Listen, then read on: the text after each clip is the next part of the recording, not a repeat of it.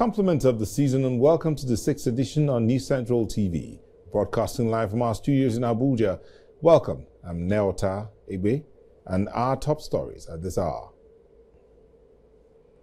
EFCC files 16-count charge against former Attorney General of the Federation Abubakar Malami and son. Former Vice President Atiku Abubakar calls for suspension of new tax laws. Libyan Army Chief General Mohammed al-Haddad and 7 others reportedly dead in Turkey jet crash. We'll bring you details in a moment.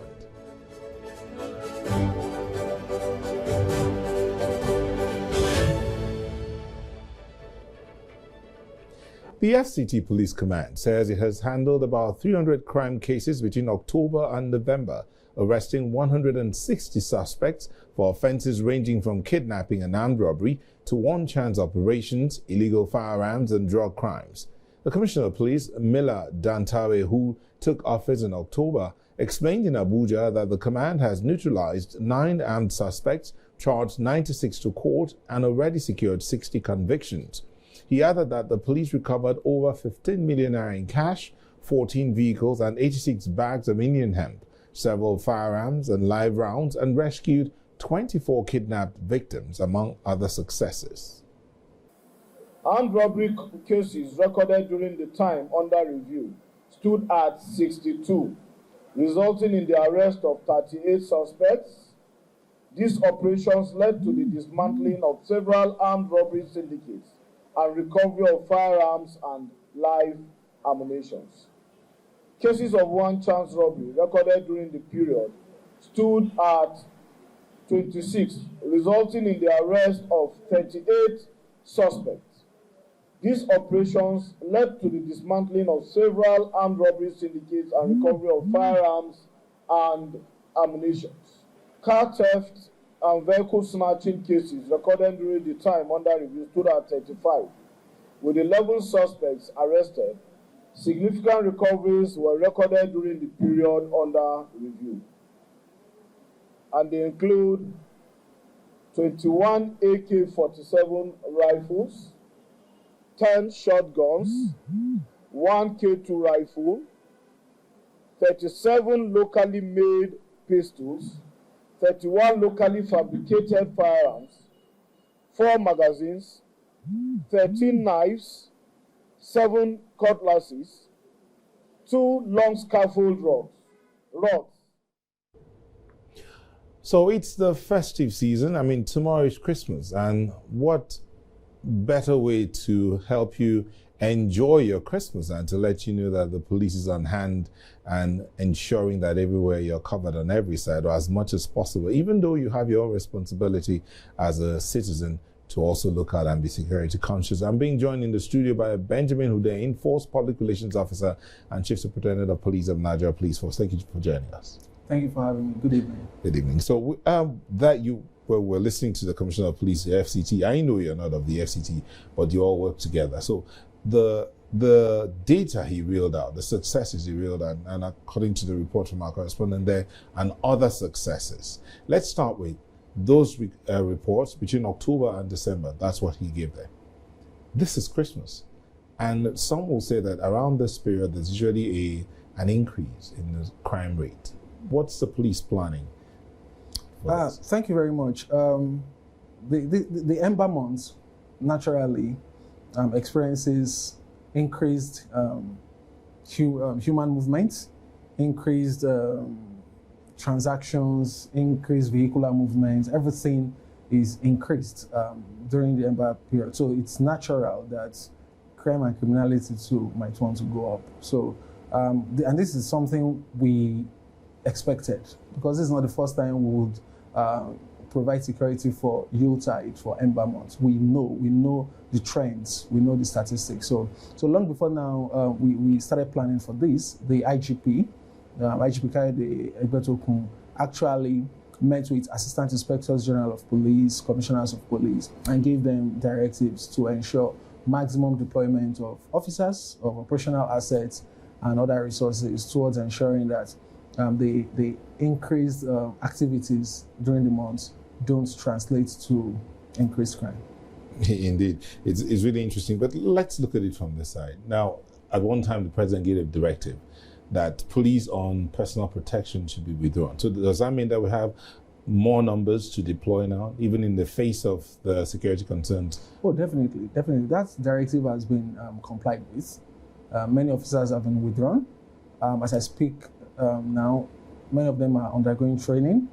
Undergoing training again? Yes, because they've become sort of experts in VIP protection. Okay. So I want to redeploy them to very strategic units like School Protection Squad, SPS.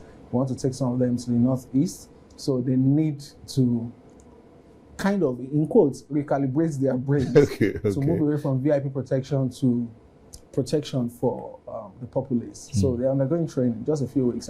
But you've had some backlash or some reactions from some VIPs who feel that they need this police protection. In fact, someone actually said that he's not coming to Nigeria unless he has police protection. So how do you handle this kind of reaction? Yes, so in fact, since that directive was given, or since the withdrawal, we have received loads of applications for police protection, loads of them. And what we simply do is to forward everything to the civil defense. So the civil defense is capable. They will provide the much needed security. I would want you to, if okay, just listen to this. A senator of the Federal Republic was reacting to the withdrawal of this money. I think Senator Ningi, if we could have that sound on tape, let's hear what the senator said there. Mr. President, I'm coming after they have withdrawn my only orderly. I saw 2 convoys of ministers, and they were carrying lots of security personnel. I have also seen business concern, Chinese and other business concern. I cannot ever imagine that a senator of the Federal Republic of Nigeria, who has been here for a very long time, only one orderly, and he is withdrawn, and nothing will happen. Like I said earlier, Mr. President, I have no problem, but let it be done across the board. The police orderlies that were withdrawn from the senators is of concern to us, and I will raise the issue, and we're dealing with that, in the formal line, So everything will be done. We're on top of the situation. But in respect of those, the fact that the directive of Mr. President being flouted, where you have the class of persons that he just said, singers, businessmen, and what have you, having policemen. The chairman of the Police Affairs Committee should take up this matter, conduct a proper investigation, and let us know why is the directive of Mr. President being flouted. Okay, so how do I respond? I don't know how you respond to this. If singers, artists and business concerns, and he mentioned Chinese personnel are going around with policemen. Is that what's obtainable? So the question is, what he's talking about? Is it the current reality or what used to be? That's what he said. Is that post-directive? That's what he said then, post-directive. That's not correct. Now, after the directive was given, we commenced withdrawal of policemen from private individuals. Okay. We did not touch those of ministers. So I'm sure that's when that's when he saw what he said. But a few weeks after, or just like a week after, we got clearer directive from the president saying even ministers should be included. And yes, we did withdraw from ministers. Okay. So you wouldn't hear somebody saying, no, it's still saw minister with a truckload of police officers. And there is one other issue there that I'm trying to. What other issue? I'm trying to. No, it was just that where even the Deputy Senate President talked about the fact that. Okay, yes, the Chinese. Yes, you mentioned it, the Chinese. Now, we need to understand that the withdrawal is from VIPs, individuals, not critical infrastructure, not sites. VIPs are human beings, not sites. So, for example, oil fields that police have been guarding, they would remain there. Okay. Banks that police are guarding, they would remain there. These are of economic importance. Imagine withdrawing police from all banks and there's chaos and anarchy. So if you go to a mining site, for example, you see some Chinese people and you see some police people guarding the site, providing security for the site. At the site? At so the they site. do not move with the Chinese personnel. personnel? It would be wrong to conclude that you saw police with some Chinese people. So we need to get that clarification right. Okay, so what if a citizen sees a policeman moving a Chinese personnel? What should they do? Just take a picture and send it to you? Oh, definitely. They need to call our attention to that. Like I said earlier, not here, previously, that such a policeman is on illegal duty. Okay. The other side of it is, since we're still talking about police personnel and what they're meant to do, I know that part of the directive of the president was recruitment.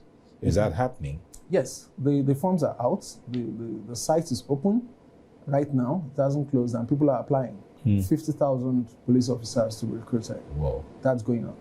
Is the police also considering like what we find in other climes where you have like reserves? I mean, those who have retired and are still willing to serve, are they being considered for serving roles? We haven't got to that stage, but what we're doing now, our retired officers are being brought in for this particular recruitment exercise as trainers to come and imbibe in the new ones the quality policing culture. Okay. So after that, we might now think of reserves, but we haven't got that. Let me ask you two questions, double barrel now, real quick. So one is, in terms of, yes, you talked about more personnel are being deployed in this festive period.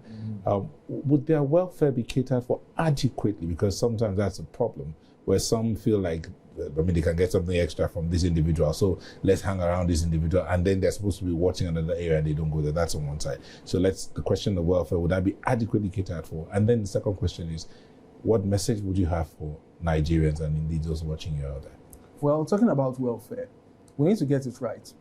This is not like Anambra election where we had to move policemen from other states to Anambra. The talk of welfare came up there because you're actually taking them away from their base. This time around, we are not moving people around the country. Okay. People are at their stations. We are just saying more people out there than necessary, than usual. Okay. You know, usually you go into the station, you see, let's say 10 police officers, and maybe on the road, maybe another 10. So what we're saying now is that, in fact, if possible, just have 3, 4 left in the station, more visibility, more people out there. So there is no special need for welfare. It's not like we're taking people out of their jurisdiction. Yes. What's the second message? A Christmas message. What's the other message? What's the message the Nigeria Police Force has for Nigerians? Yes. First of all, we want to say Merry Christmas and Happy New Year in advance.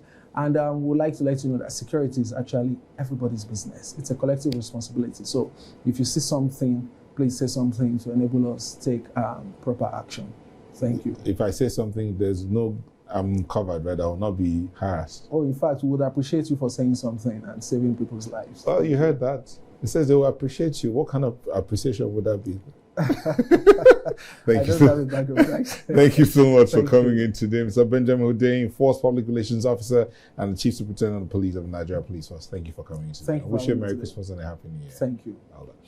Now, still talking about the police, Nigeria Police Force has decorated 21 senior officers recently promoted to the ranks of Deputy Inspector General of Police, Assistant Inspectors General, and Commissioners of Police. Amongst those decorated are DIG Mohammed Gumel, AIG Ihebom Chukuma, Olatokumbo Olabisi, Abaniwanda Olufemi, Lawal Ayodeji, Emmanuel Agene, Aloyenu Idu, and Vomon Kwaimo. The ceremony was witnessed by the governors of Delta and Jigawa states, members of the House of Representatives, and the former Deputy Governor of Edo State. Assume these higher responsibilities, I expect leadership that is lawful, disciplined, measured, and results-driven. Balance authority with strength, balance enforcement with justice, and operational urgency with strategic foresight. Let today serve as both recognition and reminder. Recognition of service rendered and reminder of the higher standards now required of you. The Nigerian Police Force depends on senior leaders who can inspire confidence, enforce discipline, and deliver measurable security outcomes. You are therefore charged to justify this elevation through disciplined leadership, sound professional judgment, and demonstrable results. The Nigerian Bar Association and former Vice President Atiku Abubakar have called for the immediate suspension of the newly enacted Tax Reform Act, citing alleged post-legislative alterations.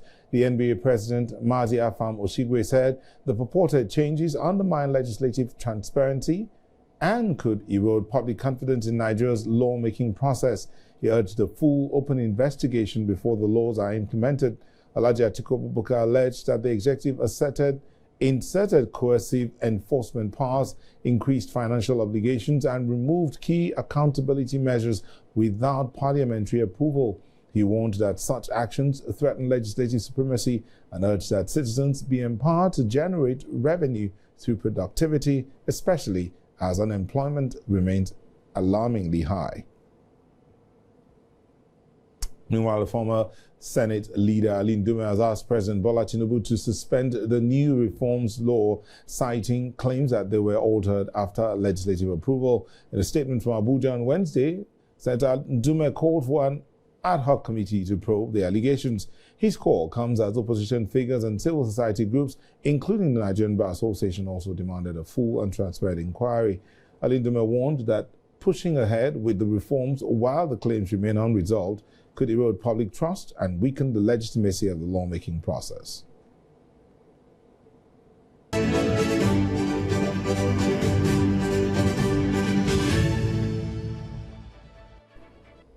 Welcome back. If you're just joining us, here's a recap of our top stories.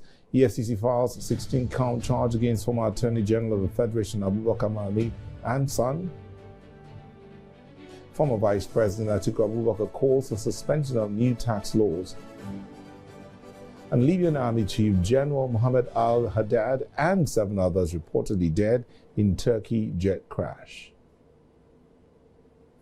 The former Attorney General of the Federation Abubakar Malami, senior advocate of Nigeria, has been slammed with money laundering charges. He is facing 16 counts under the Money Laundering Prohibition Act of 2011 as amended. The EFCC files a case against him, his son Abdulaziz, and Hajia Bashir Asabe, an employee of Rahmaniya Properties. In the first of the 3 charges, Malami is accused of laundering about 9 billion naira to acquire houses in Abuja, Kebbi, Kano, and other locations. He must also explain how he came to own 30 properties worth 212.8 billion naira, most of them acquired during his 8 years in office. To give us a deeper understanding or perspective of this, I'm being joined by Michael Amosu. He is a legal practitioner. Thank you for joining us, Michael. Thank you very much, Neil. Thanks for having me here. There are many who would say this. I mean, the Attorney General of the Federation, former Attorney General of the Federation, and Minister for Justice is now facing the law. How is that so? Well, it's not supposed to, in my own opinion, make any special headline because it's not just in Nigeria that we're having this. And then even in Nigeria, if we look into that area, a former Minister of Justice has been also arraigned like this before. So I think that what is most important is if they've spent 8 years building the institution itself, they shouldn't be scared to face the courts. I like the phrase used. If they spent 8 years building the institutions, they shouldn't be scared. Now, one would think that because they know there's a likelihood they'll be asked the questions when they leave office, they would be they'll be averse to this kind of situations that might lead anybody to begin to question. So, is it so amazing, or is it a wonder that a man who has been, he's been a lawyer, he's made quite some money as a lawyer, and he's 8 years in office as a Minister of Justice, and owns property worth 212.8 billion naira. There are still allegations until proven otherwise. All of them allegations. They are all allegations. But how does one leave above giving room for those kind of allegations? Well, because, and it's just a thing where human beings are, lawyers regardless. It's a thing where you're in office, particularly in our climate, Nigeria, you leave office and then you can be found with many, because we live in a country where there are a lot of loopholes, a lot of loose ends. So it's not unusual for us to find that a minister of the Federal Republic, hardly, I can say that, hardly would you find a minister, a governor, leave office without a probe, 1 or 2 probes there, here and there. So it's, for now, where we are in Nigeria, and I don't think it's not a serious headline. It's been here before. The other side of it is the EFCC. Right. Some will say that their back is louder than their bite. Okay. Would you agree with that? Well, for what is going on with the EFCC, it's EFCC in recent time, or maybe all the while, you know, I feel like EFCC, like many people hold many opinions that maybe they are political. Some say they have come out and say they are political, but you know, when we start piecing 2 + 2 together and it's looking like it, they also have a way to come and defend themselves publicly. But I also know that the court granted bail for minister, yes, and it was not honored. And I think that the spokesperson said that they served a letter to the office today, and they rejected receipts of the letter. I don't think that's a good thing for an institution like EFCC. But I'm not so surprised, because even we among Nigerian people, in practice, we find that when we serve letters to people, even private persons, they reject service. Why is that so? Is it that the courts have lost the halo that used to be around the court? I mean, if you get a document from the courts, usually you collect it with some level of trembling. Mm-hmm. But it looks as if that halo is gone around the court. So I think the reason will be your latter reason, the fact that you said that if you collect court documents, there's a trepidation that comes along with it. So people feel like when they get court letters, or let me say even lawyers' letter, they are automatically on their defensive side already. No, the question is, should there be a trepidation? Because the courts are just supposed to help clarify things. It is when the clarification is done and you're on the wrong side, then you get a judgment against you. But so one is not supposed to be afraid of the courts, should they? That's how you're learning. That's why you're sitting down here. People don't know that on the street. And you know, because, of course, that's not even a reason for people for an institution like EFCC to reject such type of letter, but it is what it is. That's where we live. People feel like they could just, you know, evade or avoid responsibility or accountability by just, you know, rejecting whatever you bring to them. So let me look at it from this side. So I used to be your boss. All right. I used to supervise the work you do. And now when I leave office, you're now questioning how I served within that period. Of course, you'll have an idea of how I served. And then the courts are now saying, you should allow me to walk around. And so wouldn't you be afraid that I might go and stop your investigation or interfere in your investigation? I don't get that. Can you rephrase it? I want to get a sense of it. The former Attorney General of the Federation used to oversee the EFCC. Oh, yes. Now the courts have granted him bail. Yes. Do you think the EFCC is concerned that he might go around and stop the processes of their investigation, or hinder them from gathering the extra evidence they need to convict him? In the first place, every prosecutorial authority should gather their evidence before they put people under incarceration, as it were. So in the first place, I believe that EFCC doing their job, acting on their mandate, should have gathered at least substantial level of evidence. It speaks to the level of institution we have. If, for example, till now, a bail is the only reason why EFCC is trying to say it will stop, you know, them gathering evidence. I think it's a serious source of concern. If that's the reason, for example, if that's not the reason, it's just very dishonoring to see that such institution of government meant to carry out order of the court, meant to uphold the law, is the one, you know, have abstractly, clearly rejecting the orders of the court. It's not a thing that should be happening. Great things happening in Nigeria. Thank you so much, Michael Amosun, for coming in today. Michael Amosun is a legal practitioner, and he's been discussing this matter of the EFCC against, or as I say, the federal government against the former Attorney General of the Federation, Mr. Abubakar Malami. Thank you for coming in once again. Thank you very much. And have a good day. Merry Christmas. Thank you too. The Association of Local Government of Nigeria has restated its commitment to keeping NYSC members, as the National Youth Service Corps members, safe while pushing grassroots development in health and agriculture. At its National Executive Council meeting in Abuja, officials said the body will strengthen collaboration with the NYSC to ensure corps members are protected and supported in communities across the country. We, of course, do peer reviews amongst ourselves, and then we chart a course forward for the 774 local government in terms of policy and some of the projects and the direction of the local government, and also the role the local governments will play going into 2026. We've discussed on the issues pertaining to their responsibility to the NYSC in terms of providing and ensuring a secure and enabling environment for our core members to operate, in terms of helping our core members to integrate into the culture of the society we send them into, minding the fact that majority of them are posted away from their comfort. Troops of Operation Wellstroke have foiled a kidnapping along the Otukpo-Enugu Expressway in Benue State, rescuing 24 passengers. The attack happened Monday night in Amodi, Ohimeni local government area when gunmen emerged from the bushes, briefly seized a checkpoint and intercepted 2 buses heading from Jos to Ibadan.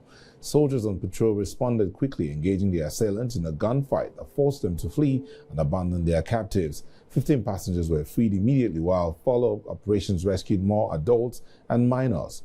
1 passenger is still missing, and security patrols have been stepped up in the area. Meanwhile, 2 people have been convicted by a Plateau State court for certificates forgery at the Federal College of Education, Pangshin.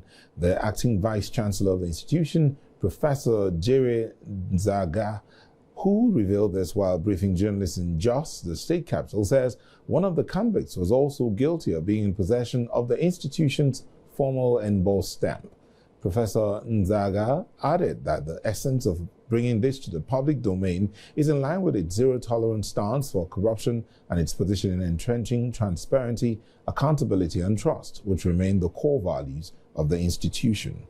Investigation recently uncovered a nefarious activity of a syndicate which specialized in forging, faking, alteration of academic results, and issuing some purportedly to have been issued by defunct Federal University of Education, Panshin.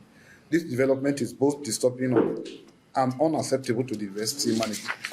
Subsequent undercover security operations led to the arrest of Mr. Friday Tunkes, male of Mekan local government area, on Tuesday, 18th November 2025. This arrest further resulted in the apprehension of another suspect, Mr. Harvest Obed Ringson, male of Mangu local government, on Wednesday, 19th November 2025. During the operation, numerous forged certificates of various academic qualifications and official embossed stamp of the institution were recovered from the suspects. The Nigerian police force diligently prosecuted the matter. Following investigations, arraignment, and due legal process, the 2 suspects were found guilty, convicted by a competent court of law, and sentenced to 1.5 years imprisonment each. They are currently serving their sentences at the Correctional Center, Panshin. We therefore call on the general public to continue to support the university by reporting any suspicious activities that undermine the sanctity of education. Together, we can protect the credibility of our institution and contribute meaningfully to it. Well, it's Christmas Eve and markets are buzzing with activity as residents prepare for the festive season. Sellers are locking deals amid rising demand, fluctuating prices, and high hopes for brisk sales. Our correspondent Aisha Sadiu visited one of the major markets in the FCT and now reports. Here at the Garki Market, one of the major markets in Abuja, the festive mood is unmistakable. Shoppers are out in large numbers, stocking up on food items and household essentials as celebrations draw closer. Staple food items are largely available across the markets. However, prices have seen fluctuations, but sales are down according to traders. But everything very cheap.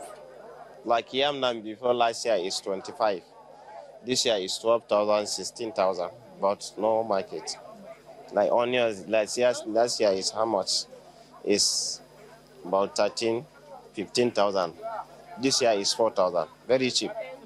Like Aris now is 7,000. Beef last year is 15,000. Everything cheap, but people know they buy. I don't know why. Either they don't have money, so everything they had, but market no day. Well, business is going small. As because of something very increased is people don't need to buy markets like that. Because of fuel issue. I don't know why. So just when they manage about the market now. For customers, the challenge is balancing tradition with tight budgets, Many shoppers say they are buying smaller quantities, prioritizing essentials over luxury items. The price of things are very high. You enter market with almost 50,000 naira, you will not see what you buy. So the thing is frustrating. Everybody is trying to get what they can get, though there are a lot of things in the market, but it seems like people don't really have money like that. So, but things are actually fair to some, but some is not fair. We are just trying to get what we can get. Yeah, I came to buy provisions. I'm preparing hamper. So the prices that we used to buy it, they've increased. See that you used to buy 8,000, now it's 11,000. So it has gone up. But we're buying it. To my best of knowledge, everything is just very better than last year. In terms of food stock, like the onions, I just bought onions with my daughter. Based on what I got last year and what I got this year, I think it's very, very better. And As the festivities begin, traders remain hopeful of boosting sales, while residents say Abuja markets remain a hub of commerce, culture, and community, reflecting both the excitement of the season and the economic realities of the times. In Abuja, for News Central, Aishat Salihu. Well, that's the situation in the Abuja markets. It was almost the same thing in the Lagos market, where buyers were just rushing in to complete last-minute shopping for the festivities. But the buyers and the sellers shared their experiences with News Central, speaking on prices, availability of goods, and level of preparedness. Victor Mbadike has this report. One of the major markets in the city of Lagos, the Raj Inbound 12 International Market, is unmistakable. Consumers in large numbers move swiftly from stall to stall, hoping to get what they need as quickly as possible before Christmas Day.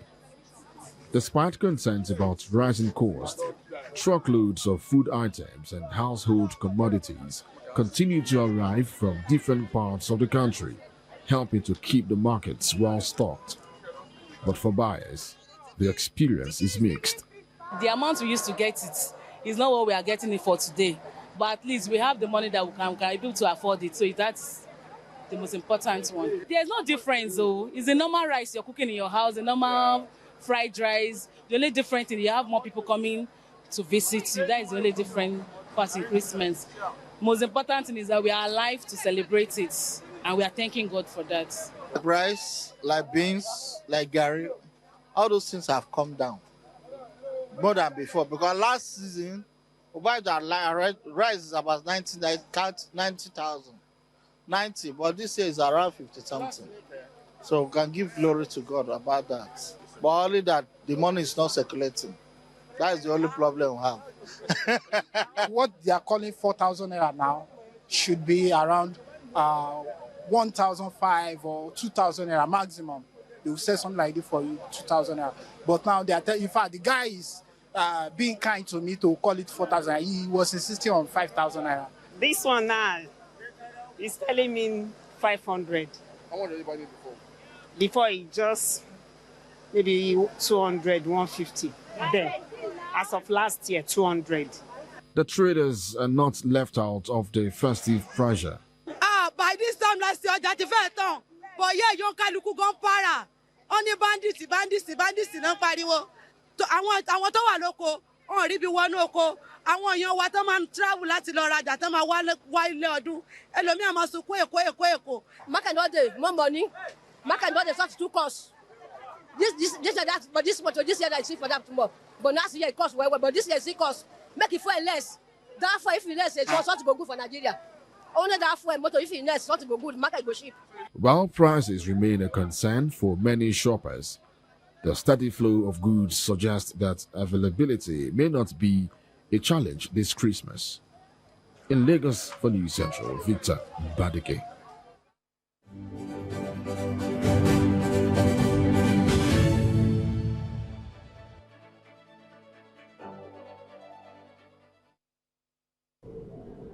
Let's go to Algeria, where the parliament has unanimously approved a law declaring France's colonization of the country a crime and demanding an unofficial apology and reparation. The lawmakers stood and chanted, "Long live Algeria," wearing scarves in the national colors as the bill passed. The legislation says France bears legal responsibility for its colonial rule and the suffering it caused, listing the alleged crimes including nuclear tests, extrajudicial killings, torture, and the systematic plundering of the resources.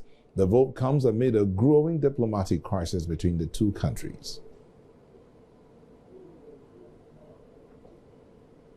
And let's get back to the Christmas mood, this time in South Africa. Just a day to Christmas, the festive mood took over Johannesburg. From sparkling lights to vibrant cultural displays, residents are already soaking in the season. News Central's Bongani Siziba takes us through the city's Christmas adventure. Christmas is a celebration that never grows old, a season when the world shines a little brighter. And in Johannesburg, December is more than just a month, it's a feeling. From the bustling city center to quiet neighborhood, festive lights and decorations have transformed the city into a colorful wonderland. One of the highlights is the Johannesburg Zoo, where the magic of Christmas takes center stage. As night falls, dazzling lights illuminate the space, drawing families and visitors eager to create lasting memories. Live bands fill the air with joyful tunes, while Spanish dancers bring international flair to the local celebration, energizing the crowd and adding the rhythm to the festive atmosphere. Just to spend some time with the family, and the lights, just amazing, beautiful. We never really had these lights growing up as a child, but this is amazing. It's just beautiful. I feel very excited to see the light, so I can teach my children about the birth of Jesus and what it's about the Christmas. It's a family time, it's festive, we are going to enjoy, so the light brings us the light ahead. But Christmas in Johannesburg is not just about lights and the entertainment. It's also a season of meaning when joy is shared across communities. From lively braais at favorite hangout spots to quiet moments in church singing carols, young and the old come together, creating moments that brings the true spirit of Christmas closer to the heart. Well, this is our first year coming to see the lights, but I mean, it's such a nice opportunity to have all of my family here, spending quality time together, no distractions, with those beautiful lights going on. It's really such an opportunity to have. I definitely think Christmas means love in overall general, because I mean, like, you do start connecting with other people, whether it be your family, whether it be your friends, even outside people like strangers, you bump into them and that Christmas spirit just flows into your body and you start connecting to other people. So overall, generally, I think it's just love. Johannesburg has once again shown that December is more than just a date on the calendar. Whether it's warmth of a braai, the laughter of children at play, or the serenity of a church choir, the city offers something special for everyone this festive season. In Johannesburg for News Central, Bongani Siziba. Away from Christmas to some news that's not so good, Libya's Chief of Staff, General Mohammed al-Haddad, has died in a military jet crash near Ankara, Turkey, along with other 7 occupants. The Falcon 50 lost control 42 minutes after takeoff. The pilot had declared an emergency over an electrical fault and was attempting an emergency landing when the plane went down in Heymana district. Al-Haddad was returning to Tripoli after high-level defense talks with Turkish officials. The Prime Minister Abdul Hamid Deiba called it a major loss to Libya's military leadership. Turkish authorities have recovered the wreckage and prosecutors have launched an investigation into the cause. Bir ses geldi, yerlerde büyük bir sallantı oldu. Herkes başta bunu deprem olarak yorumladı. Arkasından da insanlar uçak düştüğünü söyleyerek biz de halk olarak geldik, elimizden bir şey gelir mi diye. Gittiğimizde bir yakıt kokusu vardı. Araç yakıtı ve uçağın parçaları var, ufak ufak parçalar. Ondan sonra jandarma ekiplerimiz gelerek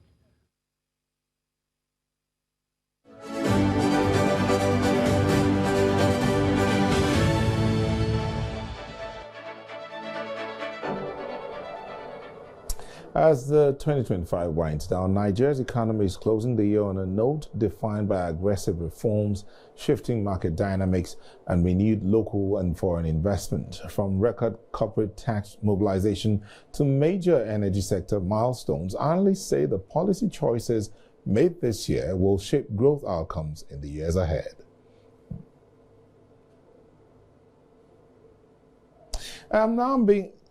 I'm being joined virtually by Dr. Samson Simon, Chief Economist at ARC Economics and Data Limited. Thank you for joining us, Dr. Simon. Thank you for having me. So everybody knows this. The year is winding out, but with major reforms in Nigeria, we have a new tax law, shifting market dynamics. How do you assess the overall health of the Nigerian economy, and which policy decisions will matter most for the growth of 2026? Well, I think the current government deserves some accolades. If you look at the numbers, they have not done badly. I know some people will say it has not actually translated to better lives for them, but at least the process has been initiated. They have set the ball rolling, and the numbers are looking up. Inflation numbers are down. If you look at what we started the year with, the base number was around, for headline inflation was 24%. We're doing 14% now. We have done even more than what the federal government wanted. They wanted 15% by the end of this year. So they have overachieved the target they set for themselves. If you look at economic growth, for the third quarter, 3.98. It seems to not doing badly. If you look at the foreign exchange accretions, of course, that doesn't mean that everything is hunky-dory. We are not doing so well when it comes to poverty. Poverty sadly is increasing. If you also look at our human capital, we need to work on it. So there are other aspects that we're not doing so well. But there are also many aspects that we're doing relatively better, and I believe if these reforms are sustained, ultimately this will translate and everybody will feel the impact. It will trickle down, and therefore 2026, I think what looms so large on the horizon for 2026 is the implementation of the new tax laws, the tax reforms that are to be implemented by 2026. But if I may come in. If I may come in here, since you brought up the tax matter, because the federal government is highlighting gains in revenue mobilization, and that tax matter is one that a lot of people are concerned about. Yes, it appears people are going to be paying more taxes just to increase the government revenue, but the implication of that on the living standards and living costs, is that also being considered? Do you think so? Well, I don't want to jump to conclusion that people are going to be paying more. If you look at the personal income tax, at least nominally, it has for zero rate, it has been increased to 800,000 per annum. And if you look at the progressiveness of the taxation, is not worse than what we had before. So I don't see how people will be paying more. If you look at company income tax, those company... Just when the conversation was getting interesting. It looks like we lost Dr. Simon there. Would we be able to get him back? But we'll take a moment and we will be back. Just stay with us.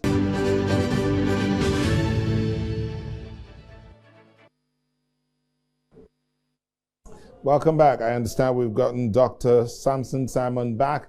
Dr. Simon, let's just go to this question in terms of investor confidence, both local and foreign investors, because 2026 is that year when the Nigerian government, and indeed Nigerians, will be looking to see wider opportunities, howbeit suspend new tax law, don't suspend new tax law, the investment environment. What do you think it will be looking like in 2026?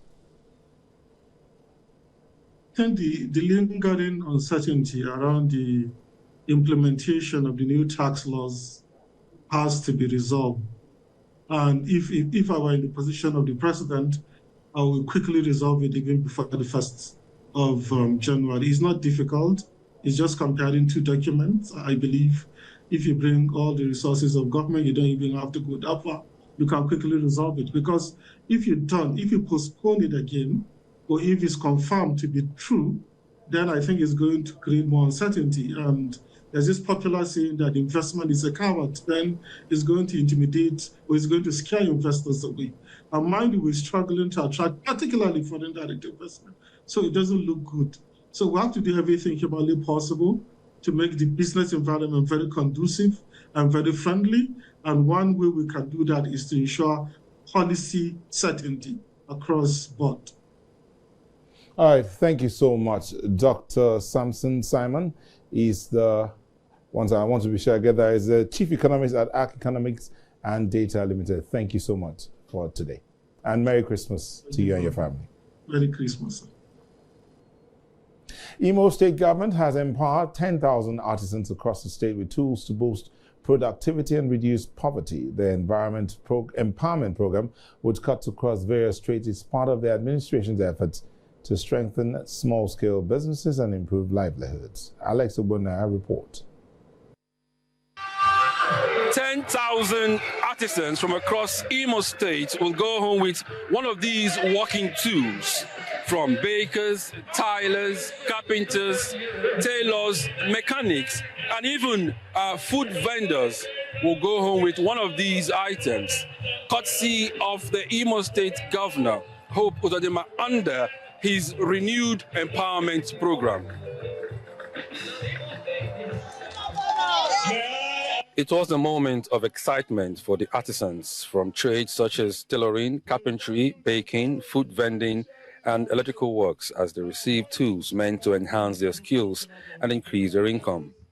Speaking at the event, Governor Hope Uzodinma said the initiative is driven by his administration's commitment in reducing poverty and creating economic opportunities for the people. This complementary intervention ensures that artisans and small and medium enterprise operators are not left behind. It bridges the gap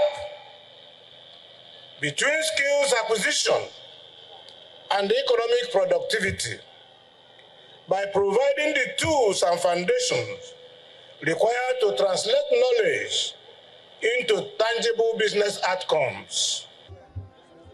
The governor noted that empowering artisans remains a critical step towards grassroots economic development in the state. As we empower artisans alongside digitally skilled talents, the Imo State government is stimulating the SME sector, reducing unemployment, and creating a more resilient and self-sustaining economy that works for everyone. Some of the beneficiaries expressed gratitude to the state government, describing the intervention as timely and impactful. I'm very, very happy. I'm very, very excited. I'm just giving thanks to the Almighty God that God will continue blessing the governor, giving him strength, more wisdom, giving him more life so he can be doing good to Imo Light. I am very happy for this because for giving me money, maybe he may give us 50,000, 100,000. It may not go a long way. But with this, he just asks us to go into the world and get something for ourselves. I am very happy for that. The Imo State government says similar empowerment programs will continue as part of its broader strategy to improve the welfare of citizens and stimulate economic growth. In Imo, for News Central, Alex Obunaya. And just before we go, in the world of sports, with Tuesday's game done and dusted, the Super Eagles have taken their first step at the AFCON 2025. It was a step taken with authority, if not complete assurance. Nigeria's 2-1 victory over Tanzania in their Group F opener may not have screamed domination on the scoreboard, but the performance itself sent a clear message. The Super Eagles controlled territory, dictated the tempo, and showed flashes of the quality that makes them genuine title contenders. Goals from Shemi, Ajayi, and Ademola Lookman sealed all 3 points, but the game also exposed familiar talking points. Victor Osimhen thought he had his AFCON moment. He scored, he celebrated, he removed the mask, only for the flag to go up. Surprisingly, Nigeria's talisman failed to find the net on the night, while Lukman once again looked decisive when it mattered. Eric Shell, however, cut a dissatisfied figure in his post-match press conference, unhappy despite the win. It raises a bigger question at the stage of the tournament. Should performance matter more than point? Well, that's the question. Should performance matter more than the point? It's where you can also decide it as well. I do know that Nigerians love their football. I'll be looking to come back with that trophy. But that's it on the 6th edition on this Christmas Eve. But just before we go, a recap of the major stories. EFCC filed 16-count charges against former Attorney General of the Federation, Abubakar Malami, and his son. Former Vice President Atiku Abubakar calls for suspension of new tax laws. And we also told you Libyan Army Chief General Mohammed al-Haddad and 7 others reportedly die in Turkey jet crash.